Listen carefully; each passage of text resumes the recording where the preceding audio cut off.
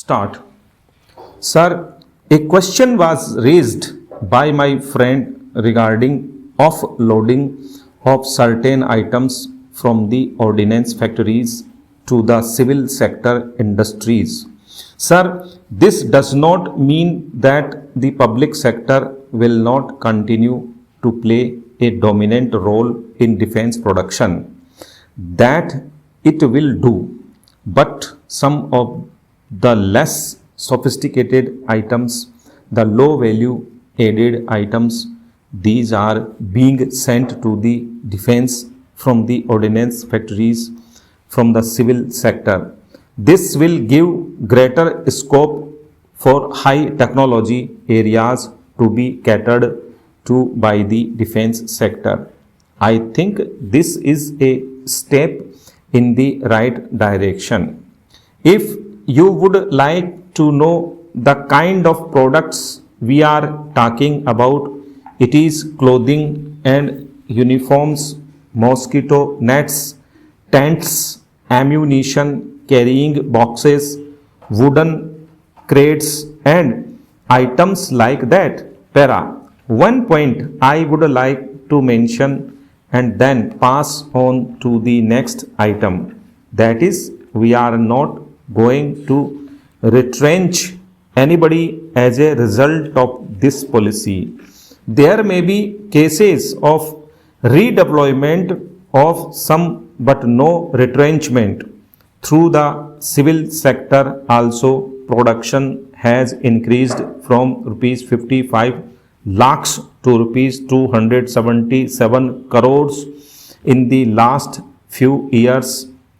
But I would like to say that in the defense matters, we should be able to use the total industrial capacity of the country, the total strength of the country, and to do it in a manner that whenever there is danger, all of it can be put to use. Para.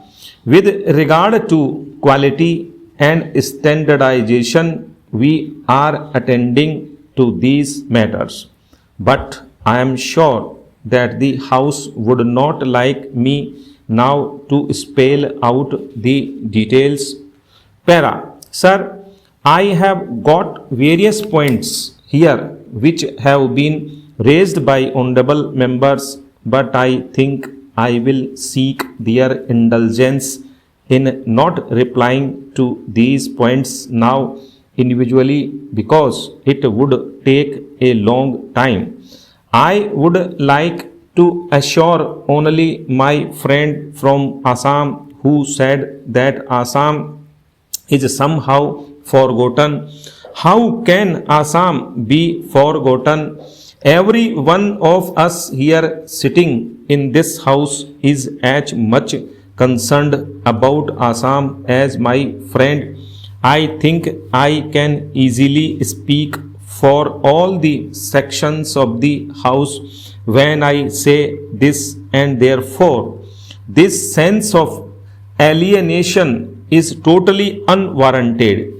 We all feel greatly concerned, and I would like in fact to remind honorable members that in 1965 at a meeting which Shastriji convened of leaders of all political parties at the time of war with Pakistan or just before that, one of the leaders from the South India said that when a person is hurt in his little finger, the entire body pains, and if there is any intrusion into the border anywhere in India, then we in Tamil Nadu are going to feel the pain.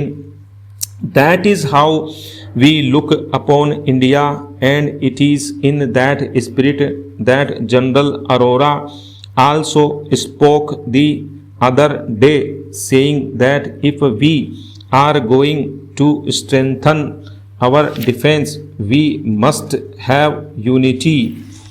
Para. Sir, in this country, we cannot be handmade to the communist method of working.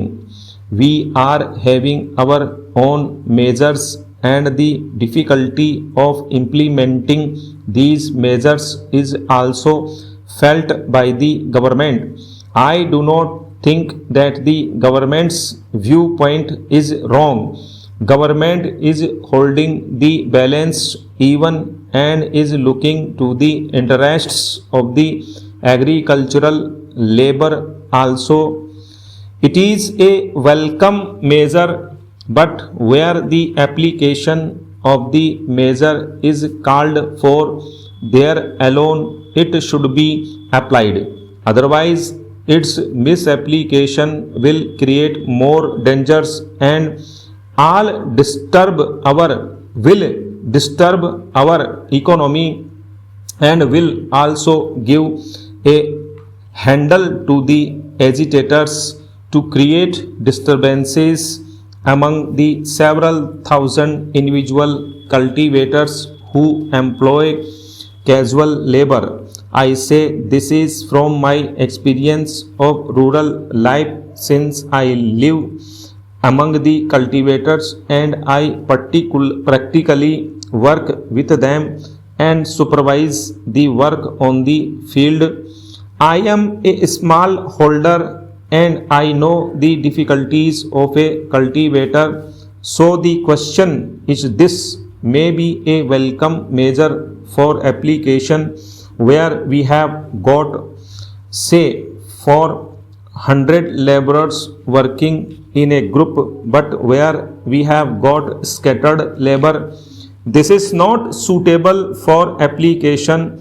How are we going to apply this measure to a person who holds only 10 acres of land or less, who has to employ casual labor and who pays the labor at present partly in cash and partly in kind to pay that labor a minimum wage hereafter? Para.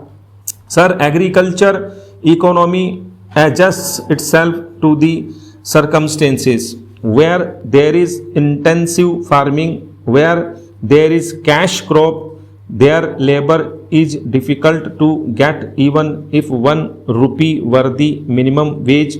There are certain villages in my district, a district which is considered one of the foremost districts in agricultural production, and where we produce many crops like banana.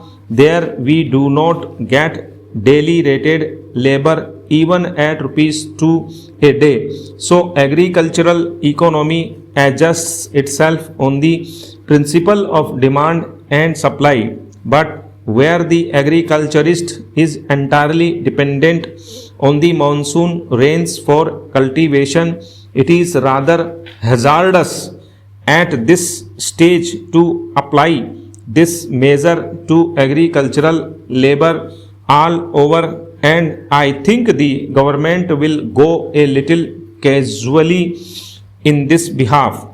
In solving this problem quickly, government will be creating another problem for itself. If agricultural labor is guaranteed a minimum wage, I have no quarrel over somebody who is not placed in a good position in getting more, but the question is whether the producer or the cultivator, the small man who is required to employ labor, is in a position to pay the prescribed minimum wage, and if he is not, then our food production, our entire agricultural production will suffer. And if food production suffers, if he is required to pay the minimum wage, then we are asking him to increase the prices of food grains. Only want to suggest that the act should be applied in such a manner that cultivators are not harassed. Stop.